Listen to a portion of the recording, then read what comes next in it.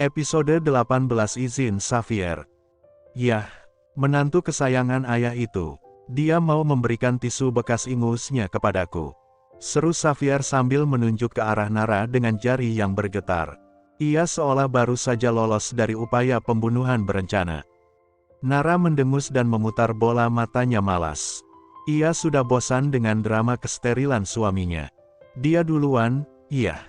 Dia yang menjailiku terus sejak bangun tidur. Dia memintaku untuk, Nara menghentikan ucapannya secara mendadak. Ia baru sadar jika ia menceritakan tentang ejekan Xavier soal bau mulut atau perdebatan mereka yang terlalu intim, martabatnya di depan mertua bisa hancur berantakan. Lekas, ia berdeham untuk menetralkan kegugupannya dan memasang wajah sedih yang dibuat-buat, memanfaatkan sifat protektif Raisa. Dia memintaku untuk menjauhinya, ya, dia memintaku untuk menjauhinya sejauh mungkin. Memangnya apa salahnya mendekati suami sendiri? Malam pertama kami pun terasa sangat sunyi, aku sampai harus tidur di sofa semalaman karena Xavier tidak mau membiarkanku mendekat. Ucap Nara dengan nada yang sangat dramatis seolah ia adalah korban penelantaran istri. Xavier menganga lebar mendengar kebohongan besar itu. Aku tidak pernah. Xavier, kamu tega membiarkan istrimu tidur di sofa semalaman. Istrimu ini manusia loh, bukan koloni bakteri berbahaya. Kok kamu tega begitu? Tegur Raisa dengan tatapan tidak percaya. Sebagai seorang ibu, ia merasa hatinya tersayat membayangkan menantunya yang malang harus meringkuk di sofa keras. Xavier turun dari sofa dengan perlahan, wajahnya memerah karena frustrasi yang memuncak. Lidahnya terasa keluh untuk menjelaskan apa yang sebenarnya terjadi karena ia tahu Nara sedang memutarbalikkan fakta demi mendapatkan pembelaan. Setiap kali ia ingin membuka mulut untuk membela diri, Nara selalu punya cara untuk memotong kalimatnya dengan serangan baru. Bunda, Nara lapar sekali. Perut Nara sampai sakit karena dari semalam tidak makan dengan tenang. Rengek Nara tiba-tiba. Ia berlari kecil dan bergelanyut manja di lengan Raisa, seolah sedang mencari perlindungan dari monster bernama Xavier. Raisa yang memang sangat menyayangi menantunya itu langsung lulus seketika. Astaga, putri bunda lapar. Ayo, kita turun sekarang untuk sarapan enak di bawah.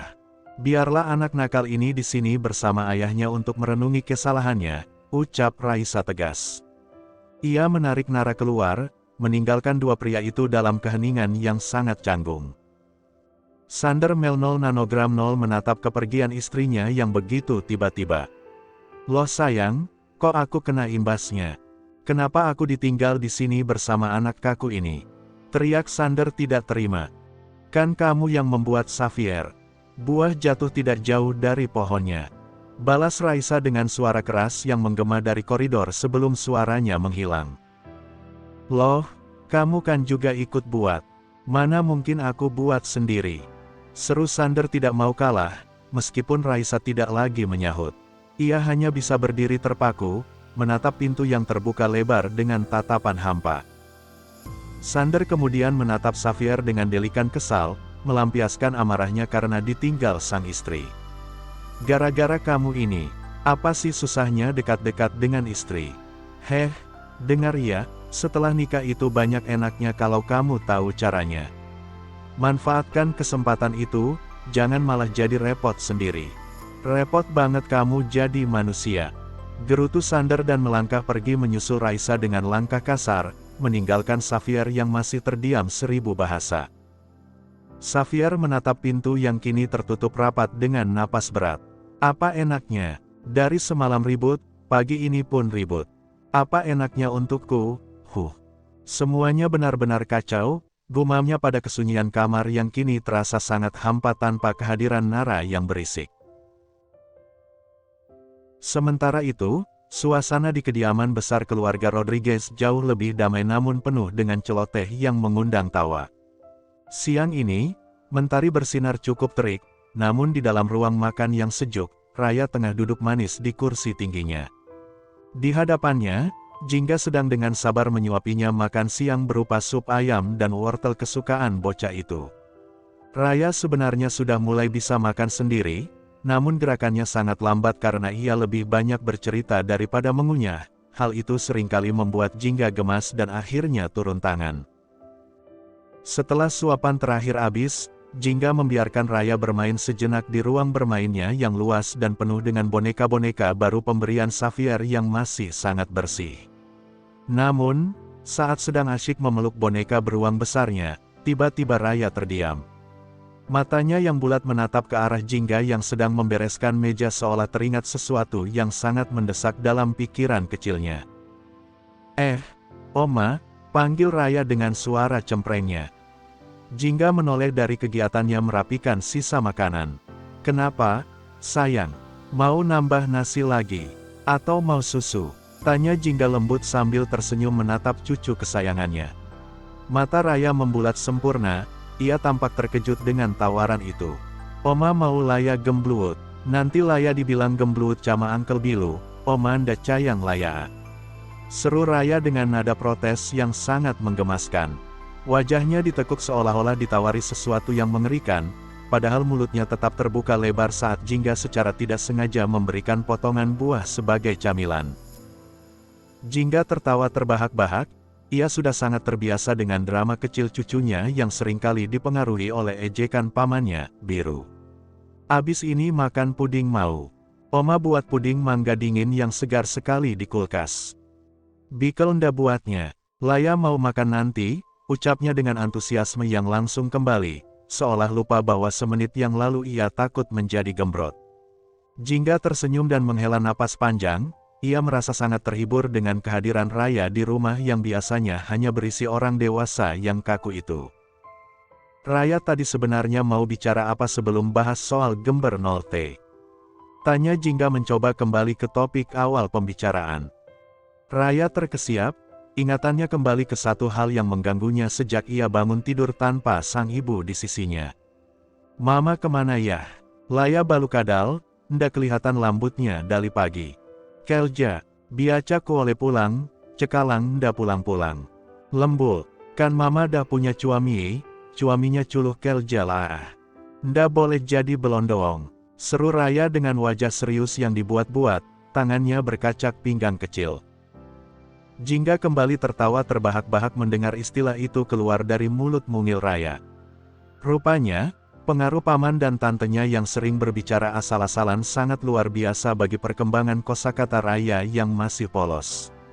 Menurut pemahaman Raya, berondong adalah istilah untuk pria yang belum bekerja, sebuah teori sesat yang pasti diajarkan oleh Biru. Jingga mengusap kepala sang cucu dengan penuh kasih sayang, mencoba meluruskan meski ia tahu Raya mungkin tidak akan paham seutuhnya. Sayang, Mama tidak sedang bekerja sendirian. Mama sedang pergi bersama Papa baru Raya. Nanti kalau mereka pulang, Raya panggil dia Papa ya. Namanya Papa Xavier. Raya mengerutkan keningnya, ekspresinya berubah menjadi sangat bingung dan tidak setuju. Loh, kok Papa Capiel?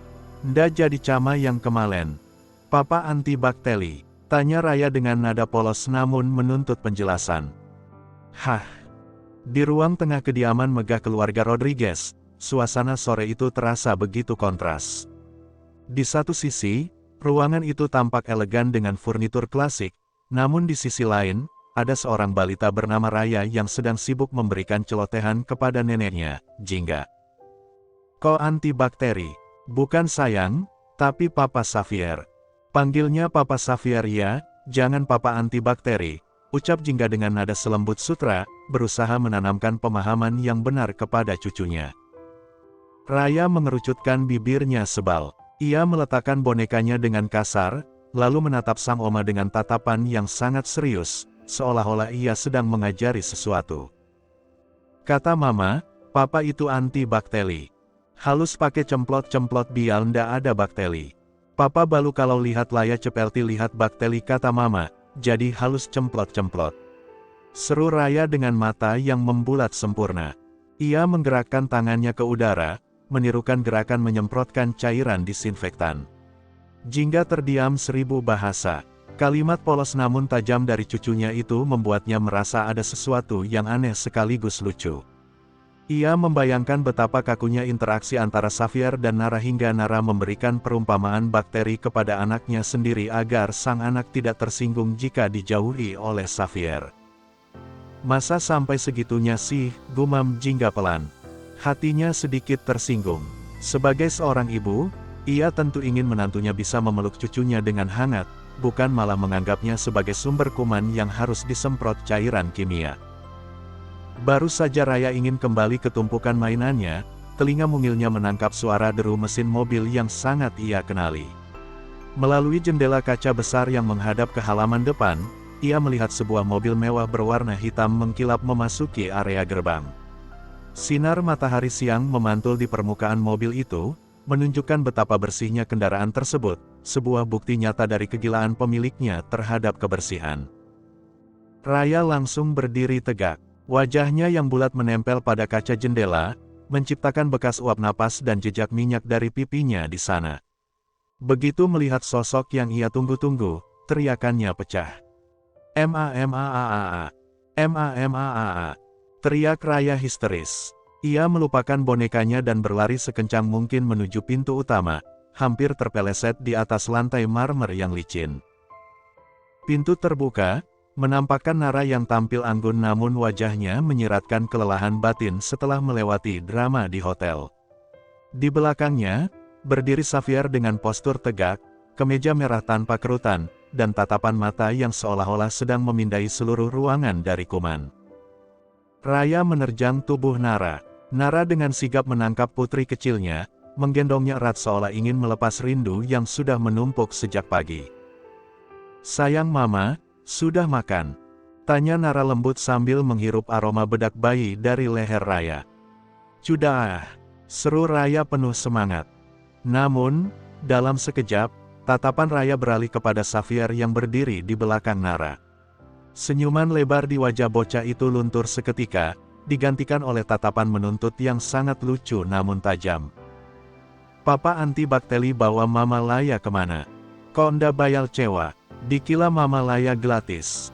Bayal cini cewanya," tuntut Raya dengan tangan berkacak pinggang di pundak Nara. Ia seolah-olah adalah penagih hutang yang sedang menagih bayaran atas waktu mamanya yang disewa oleh Xavier. Xavier tersentak kaget. Ia memundurkan langkahnya secara refleks, merasa ada ancaman yang tidak terduga dari seorang balita. "Sewa apanya? Sebentar, kamu panggil apa? Papa anti bakteri," protes Xavier tak terima. Harga dirinya sebagai pria dewasa yang disegani di dunia bisnis sedikit terusik oleh sebutan anti bakteri itu. Raya mengangguk mantap tanpa rasa takut. Laya cama bakteri sudah bel teman baik. Karena papa anti bakteri, kita anda bel teman. Tapi kalau papa kacil Laya cileng, bika dibikalakan dulu, ucap anak itu dengan nada negosiasi yang sangat matang, seolah-olah cireng adalah kunci perdamaian dunia. Xavier mengempatnya. Ia menatap Nara seolah meminta penjelasan, namun Nara hanya membalasnya dengan mengangkat bahu santai dan senyum jahil yang seolah berkata, "Nikmatilah duniamu yang baru, Tuan Steril." "Tak usah pedulikan, kita masuk saja," ajak Nara sambil terkekeh, membawa Raya masuk ke dalam. Xavier menghela napas panjang, ia merasa bahwa tantangan terbesarnya dalam pernikahan ini bukanlah kuman, melainkan seorang anak kecil yang menuntut upeti cireng. Di ruang keluarga, Angkasa sudah menunggu kedatangan mereka. Sebagai mertua yang bijak, ia tahu bagaimana cara menyambut menantunya yang unik ini. Angkasa langsung menghampiri Xavier dan merangkul pundaknya, membawa pria muda itu duduk di sofa utama. Xavier sempat membeku sesaat. Otaknya langsung menghitung berapa banyak kuman yang berpindah dari tangan Angkasa ke pundak jasnya. Namun, sesampainya di meja tamu, ia mengsatu aroma yang sangat akrab dan menenangkan baginya. Bukan aroma parfum mahal atau bunga segar, melainkan aroma antiseptik yang tajam. Di atas meja, terdapat beberapa botol gel pembersih tangan yang diletakkan secara strategis. Menantu ayah ini serba bersih, jadi ayah siapkan ini semua. Biasanya rumah ini aromanya alam, kesukaan ibu mertuamu. Tapi karena kamu menantu kesayangan, jadilah ayah menciptakan hal ini untukmu, ucap Angkasa dengan nada bangga. Xavier tersenyum kaku. Ia merasa dihargai, namun ada rasa tidak enak hati karena kehadirannya mengubah kebiasaan rumah orang lain. Seorang pelayan menyajikan kopi hangat. Angkasa mempersilakan Xavier untuk minum, namun Xavier menundanya karena ada hal sangat serius yang ingin ia bicarakan mengenai masa depannya bersama Nara. "Ayah," panggil Xavier dengan suara yang dalam dan serius. "Ya," balas angkasa yang baru saja menyesap kopinya dan kini menatap hangat sang menantu. "Aku tak bisa menginap di sini malam ini. Sore nanti, aku harus membawa Nara serta Raya ke apartemenku. Aku memutuskan untuk hidup mandiri bersama mereka sebagai keluarga baru, tapi kami akan bergantian tinggal di kediaman Lergan atau kediaman Rodriguez," ucap Xavier dengan nada mantap. Angkasa diam, menatap Xavier dengan tatapan rumit yang membuat Xavier berpikir sesuatu.